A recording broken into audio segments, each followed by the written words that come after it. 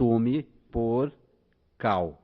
Deixa eu comentar aqui, vou comentar, né? Eu estudei, quando estudei teologia, pude estudar teologia na Universidade Luterana do Brasil. Eu tive uma cadeira chamada Arqueologia do Mundo Bíblico. E o professor era arqueólogo que escavou na Mesopotâmia. Puxa. E ele nos trouxe um resto de uma cerâmica ou de um tijolo da Mesopotâmia, calculado há 3.000 anos atrás. E ele era preto embaixo do tijolo. Como a Bíblia, o betume. Bem queimado. O betume. O betume. O betume. Ah, sim, era o... Que era argamassa. Era a liga, né? Para ver a confiabilidade histórica, arqueológica da Bíblia. Eu tive a oportunidade de pegar esse tijolo, de ver o betume como se fosse...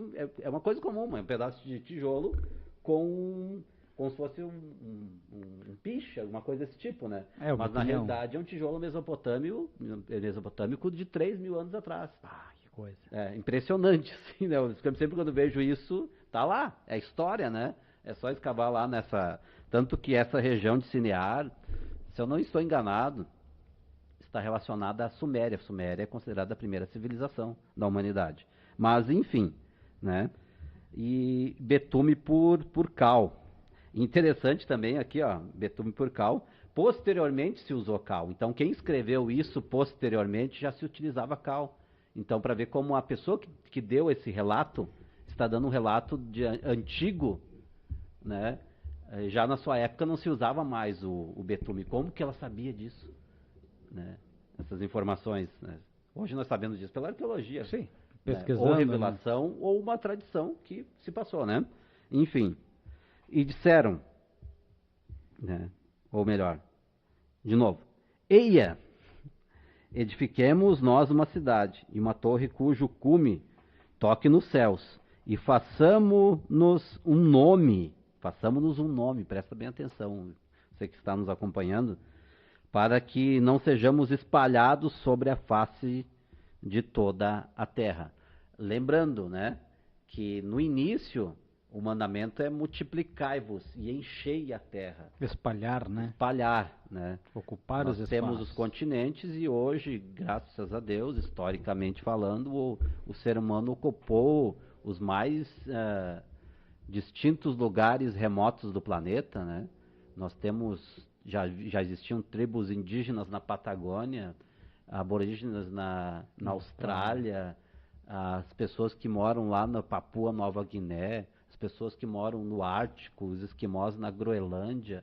Então o ser humano se espalhou para todos os cantos do planeta, tanto dos continentes quanto nas ilhas. Mas neste momento aqui, a ideia era outra, né? Para que não sejamos espalhados sobre a face de toda a terra. Interessante que a gente já vê um ponto interessante, que eles não queriam ser espalhados, eles queriam estar juntos para eles terem um nome, né? Então, desceu o Senhor para ver a cidade e a torre que os filhos dos homens edificavam, e disse, eis que o povo é um, todos têm uma mesma língua. E isto é o que começam a fazer. E agora não haverá restrição para tudo o que eles intentarem fazer. No 7. Eia, desçamos e confundamos ali a sua língua, para que não entenda um a língua do outro. Assim o Senhor os espalhou dali sobre a face de toda a terra, e cessaram de edificar a cidade. Por isso se chamou seu nome de Babel, porque ali confundiu o Senhor a língua de toda a terra. E dali os espalhou o Senhor sobre a face de toda a terra. E interessante que, até onde se sabe, a língua é algo recebido. Nós não nascemos falando a nossa língua. É algo que nós precisamos aprender. Precisa ser ensinada. Precisa ser ensinada. Então era uma única língua, e essa língua vieram línguas a partir do Senhor, e aí sim se espalharam.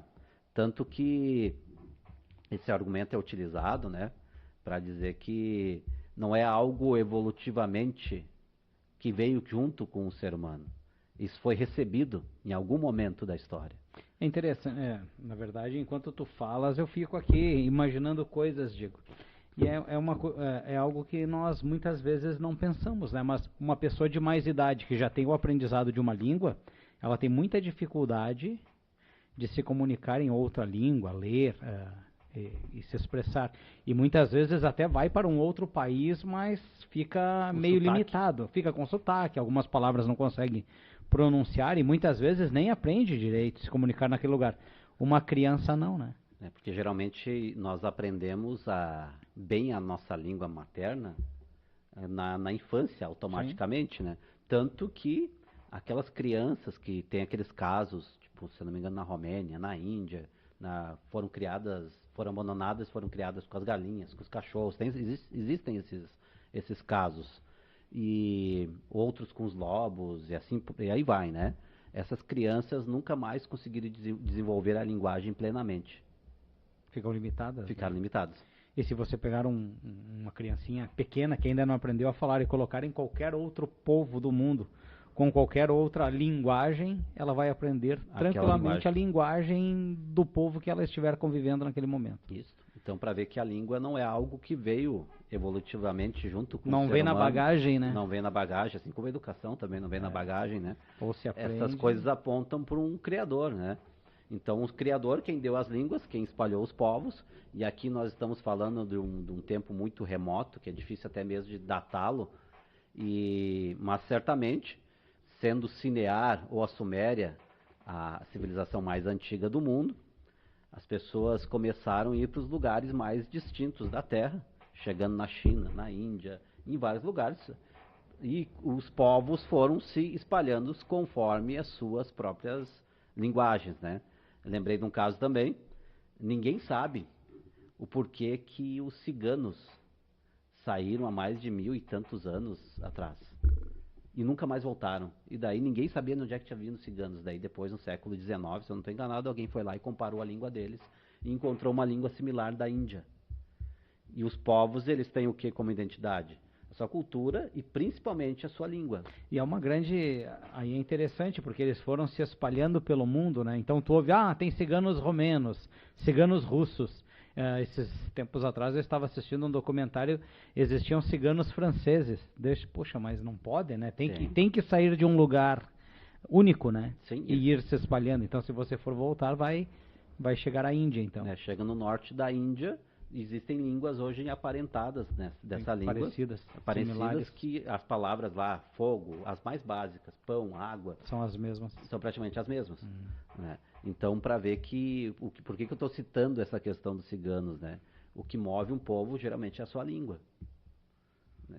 Que faz o povo ter a sua unidade. A partir do momento que a língua se foi, ela aprende outra coisa, como se fosse uma outra cultura, enfim, né?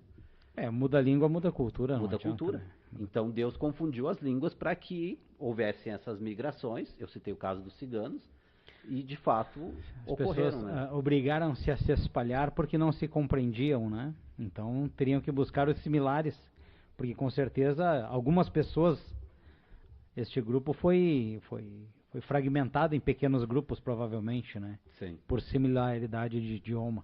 Então, como eu consigo me comunicar com aquele determinado grupo, normal que eu ande com eles, né? Assim como se nós fôssemos para um país, sei lá, para o Japão, em algum momento nós iríamos procurar uma igreja evangélica brasileira. Nos Estados Unidos é muito normal, as pessoas vão a trabalho para os Estados Unidos e normalmente ficam dentro das comunidades brasileiras, né? E é interessante que muitos vão para lá e nem aprendem inglês, né? Porque só falam português lá nos Estados Unidos dentro da comunidade. A igreja tem o culto em português, português do Brasil, trabalha muitas vezes em lugares que falam a língua portuguesa, então a pessoa não tem a necessidade de desenvolver um outro idioma. Então, para ver como o ser humano é agrupado, principalmente... Tem a questão da cultura, mas antes vem a língua que estrutura. O primeiro elo de comunicação é a língua, né? Não adianta. Então há essa dispersão. E nós vamos ver, então, o paralelo a respeito disso nos dias de hoje, mas só se aprofundando um pouquinho mais, né? Então Deus cria essa confusão para que eles se espalhem, justamente porque não era da vontade de Deus. E o que isso teria a ver com os nossos dias, né? Alguém poderia pensar assim, não tem nada a ver, né? Ninguém está querendo construir a Torre de Babel, né? Ninguém. A primeira coisa que alguém pensa assim, não, mas tem lá em Dubai, que fizeram lá os grandes Califa, lá não sei o quê, me esqueci o nome do prédio mais alto do mundo. Lá em Camboriú estão fazendo e acontecendo, né? E diz que vai ser um maior agora, né? Então, parece que tem um projeto aí para fazer um maior ainda do que o que já tem aqui em Santa Catarina. E a gente lê no texto que Deus não diz, né, que não haverá mais restrição para tudo que eles intentarem fazer. Então Deus interviu pontualmente e disse que não haveria mais intervenção para que aquilo que o ser humano fosse fazer. Como, por exemplo, eu sei que tem as teorias conspiratórias, é muito difícil isso também, né? É como, por exemplo, agora, se eu não me engano, tem uma missão nova para ir para a Lua. Sim. Se eu não me engano, é Artemis 1, eles colocaram o nome, que eles querem ir para o lado oculto, chamado lado oculto da Lua. E depois querem pousar, enfim, né? Então não há uma restrição para que o ser humano vá para o espaço. Primeiro foram os russos, depois foram os americanos. Dizem que foram, né, Diego?